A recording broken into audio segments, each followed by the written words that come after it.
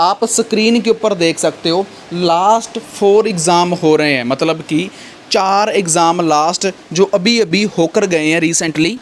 बात करते हैं 11 जुलाई की, उससे पहले एग्ज़ाम हुआ था 6 जुलाई को, उससे पहले एग्ज़ाम हुआ था 29 जून को, एंड उससे पहले एग्ज़ाम हुआ था 22 जून को। चारों एग्ज़ाम में कंटिन्यू हमारी प्रेडिक्शन PDF हिट गई है। Writing 100% same, reading 1 passage 2 passage सभी एग्ज़ाम में 100% सेम, स्पीकिंग की प्रेडिक्शन हिट 100% सेम, और इसमें कोई झूठ नहीं है, कोई फेक नहीं है। बहुत सारे लोग ये बात बोलते हैं प्रेडिक्शन के ऊपर ट्रस्ट नहीं करना चाहिए, विश्वास नहीं करना चाहिए। तो आपकी मोबाइल स्क्रीन के ऊपर ऐसा कोई भी स्क्रीनशॉट ऐसा नहीं है कि जो हमने गूगल से लिया हो। सभी के सभी मोबाइल स्क्रीन रिकॉर्डिंग चल रही है, तीनों के तीनों आप देख सकते हो 1, 2 एंड 3। ये mobile screen. First, you have some time to look at questions 1 to 5.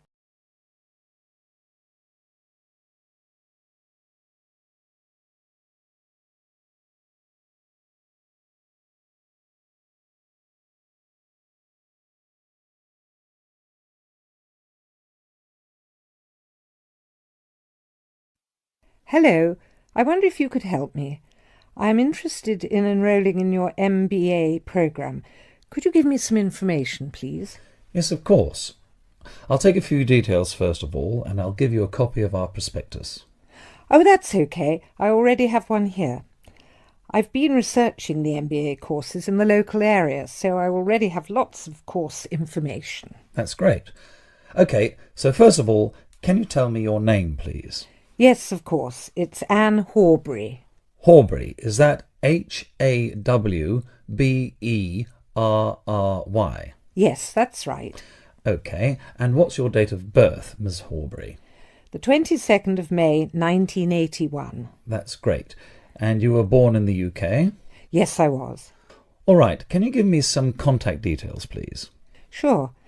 My address is 26 Simon Place in Brighton, and my telephone number is 01903 714 721.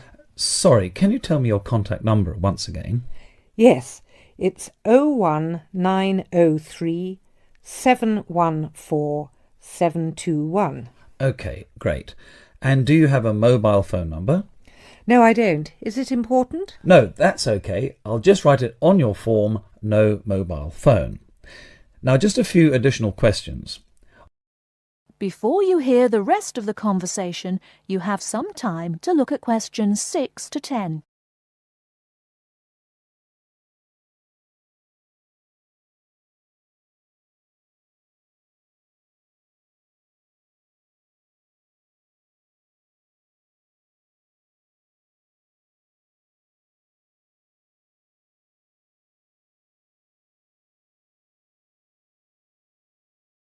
Now listen and answer questions 6 to 10. Are you working or studying anywhere else at the moment? Yes, I'm working for Lloyd Enterprise in the city as a secretary, and I'm also attending a computer course part-time in the evenings. Great. So can you give me some details about your educational background? We need to make sure that your qualifications match the entry requirements. Yes. I completed a business degree a year ago. I've been working since my graduation, but the job market is very competitive these days, so I'd like to do some postgraduate study now. Okay, that sounds fine. Your degree is relevant, and it's good that you have some work experience too. I do need to warn you, though, that our MBA program is extremely popular and gets full quickly. So would you be interested in applying for any alternative courses if your application is not successful this time? Well, my first choice would, of course, be the MBA, but yes, I've had a good look through your prospectus, and I would also be interested in the international marketing course. That's great. It's always a good idea to keep your options open just in case. Finally, can you tell me where you learned about our courses here? Actually, my cousin studied the MBA course 2 years ago, and she recommended it to me. Okay, well, thank you for coming in today. I will pass your details on to our admissions department. They should contact you this week with a formal application form, and they usually invite MBA candidates to come in for an interview. OK, well, thanks for your time. No problem. Good luck with your application.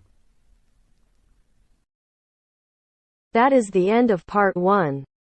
You now have half a minute to check your answers.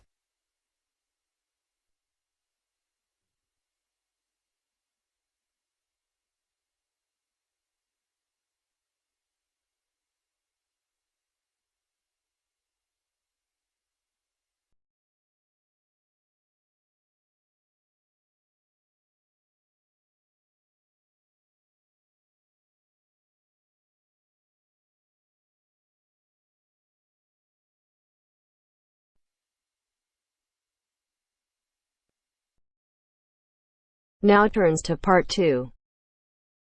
Part 2. First, you have some time to look at questions 11 to 16.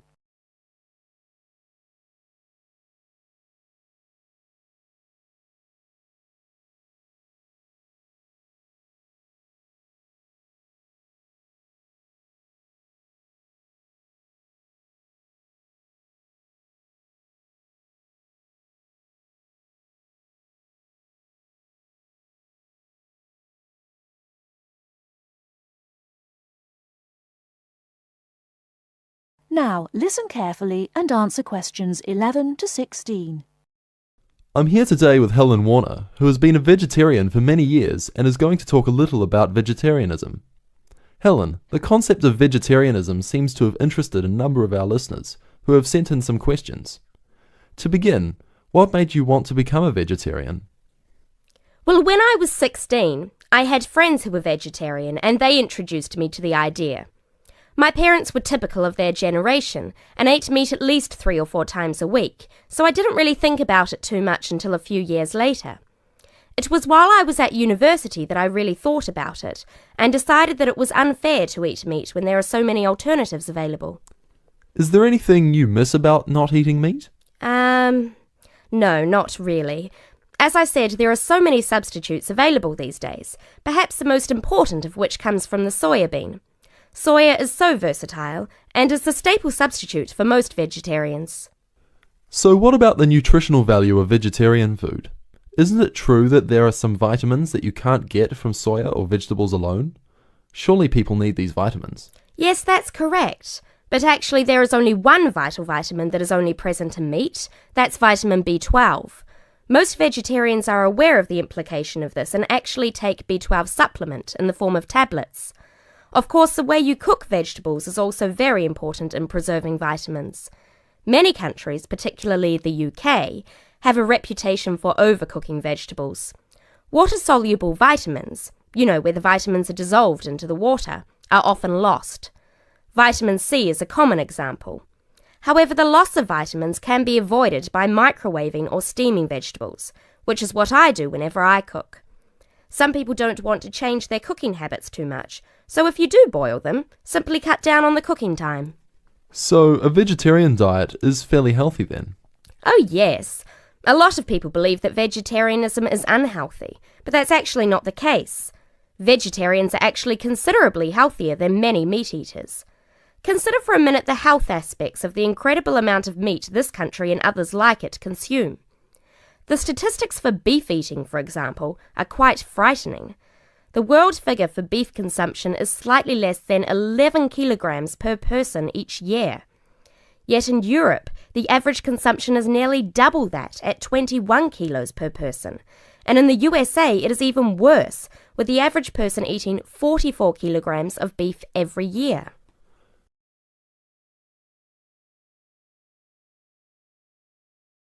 Before you hear the rest of the talk, you have some time to look at questions 17 to 20.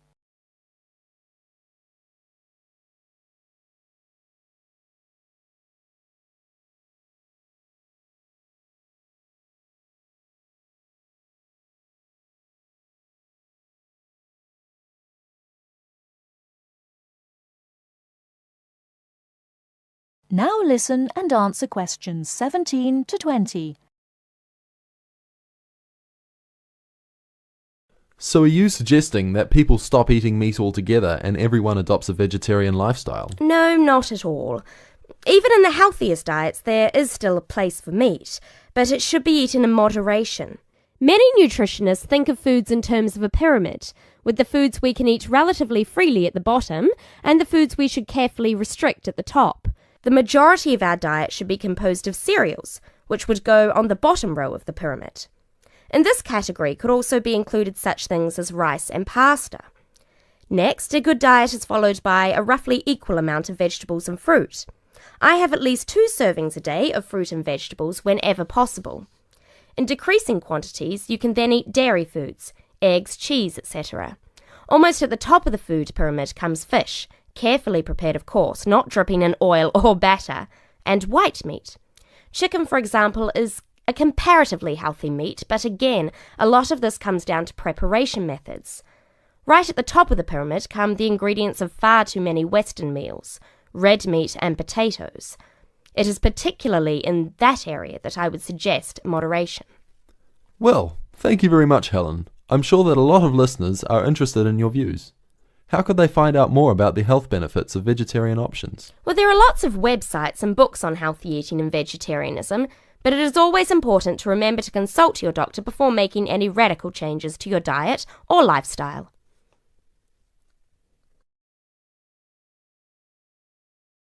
That is the end of part 2. You now have half a minute to check your answers.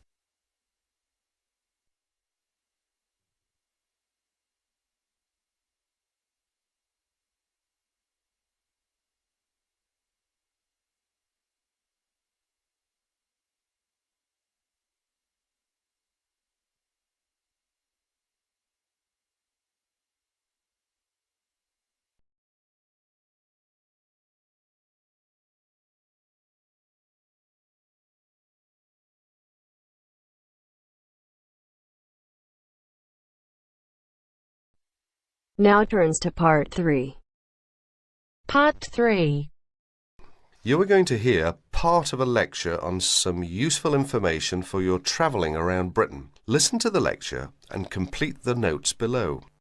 First, you have some time to look at questions 21 to 25.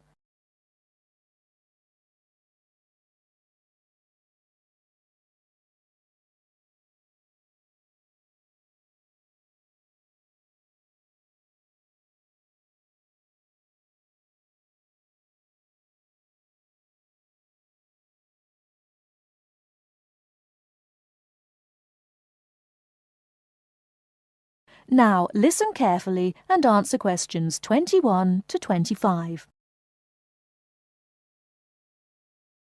Good afternoon and welcome to the session on Britain. This afternoon I would like to provide some useful information for you about travelling around Britain. Britain has over 700 tourist information centres.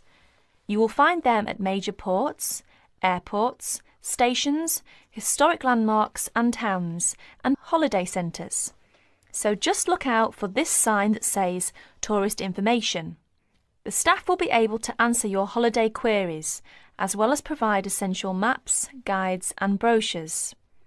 Tourist information centres at major ports and airports in London and addresses of British Tourist Authority European offices are all listed on the Tourist Information Centres. Now, let's talk about the telephone in Britain. You know, Britain is well supplied with public telephones. Street kiosks take lop coins.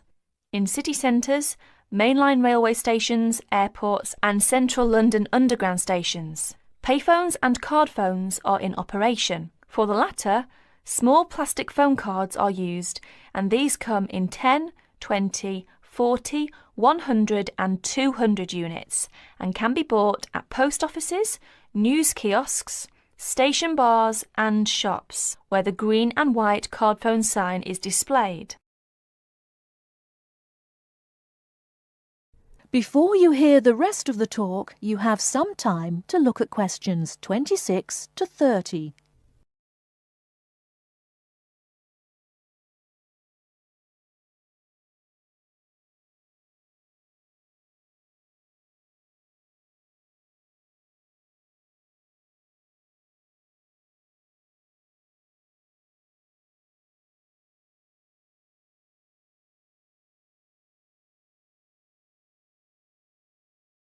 Now listen and answer questions 26 to 30.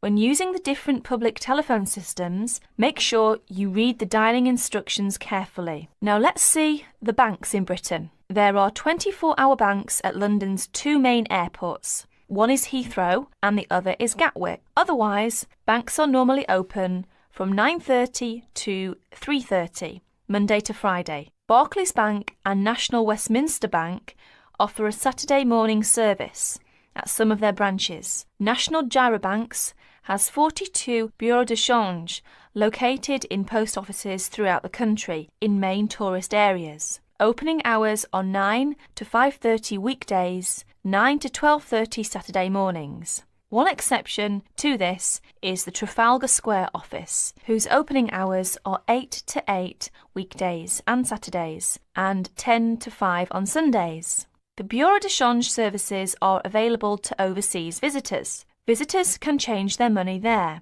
You can also change money at bureau de change, large hotels, department stores and travel agents.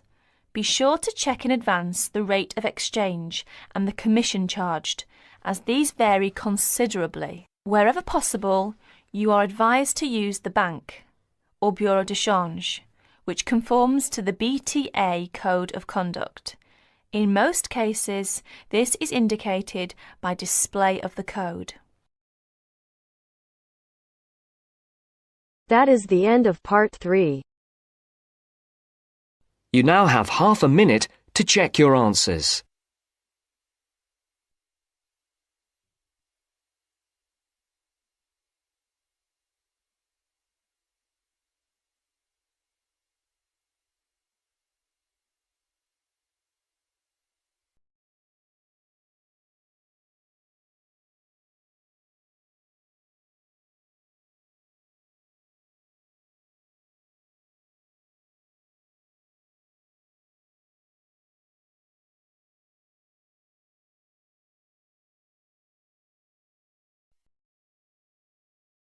Now turns to part 4. Part 4. 9. Listen to the second part of our lecture. As you listen, complete the notes below.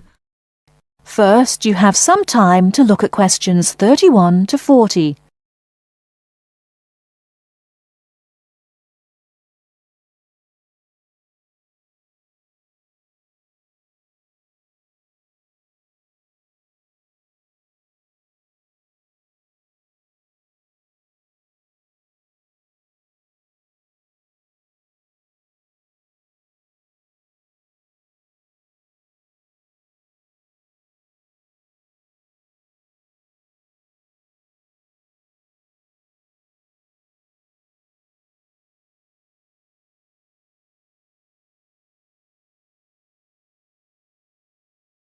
Now listen carefully and answer questions 31 to 40. River dance is not just an expression of self-confidence, a kind of culturally interesting pop song. It tells the story of a people through song and dance. It tells the story of the people whose spirit was broken by an event which occurred in the middle of the last century, but continued to affect the society until 1961, the Great Famine. What is a famine? In 1840, the official population of Ireland was 8 million. They were largely poor and living in the countryside. They were beginning to have an interest in independence, and perhaps had things been different, Ireland might have been independent much earlier. But there was a serious problem in the agricultural system. All crops were grown to pay the rent of the land, and all that was grown to eat was the potato. This was fine until the potato crop failed, as it did from 1845 to 1848. The stories of what happened in those times live on in the popular culture of Ireland, and I won't tell them here, but the result was that 2 million people died or left the country by 1851. When you realise that the population continued to go down until 1961, you can realise what a disastrous effect this famine had on the people. Compared with China, imagine if the famine of 1960 reduced the population by a quarter and it kept falling to less than half of its pre-famine figure. Anybody with ideas left and went to England, America, or Australia. The people left behind were broken by their experiences and, in effect, the famine and its consequences put an end to all serious development in the country until well into this century. The Irish in Ireland lost all hope and self-confidence, and much of our modern culture is about the sadness of that time and the sorrow of saying goodbye to those who left and left well into this century. Ireland has the highest emigration rate of any country in Europe for the last 2 centuries. We even have an expression for this saying goodbye. It is called the American wake. It means the ceremony, like that of a funeral for someone going to America, because you will never see him or her again. Do you know why there is Irish music on the film Titanic? It is because most of the people killed were Irish.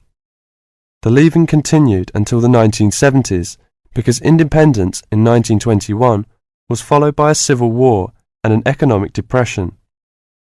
Almost every family in Ireland has relatives abroad, and up to the 60s in some places, of a class of 30 graduating from high school all left. Along the west coast, closed-up houses from that time falling into ruin are still common. That is the end of part 4. You now have half a minute to check your answers.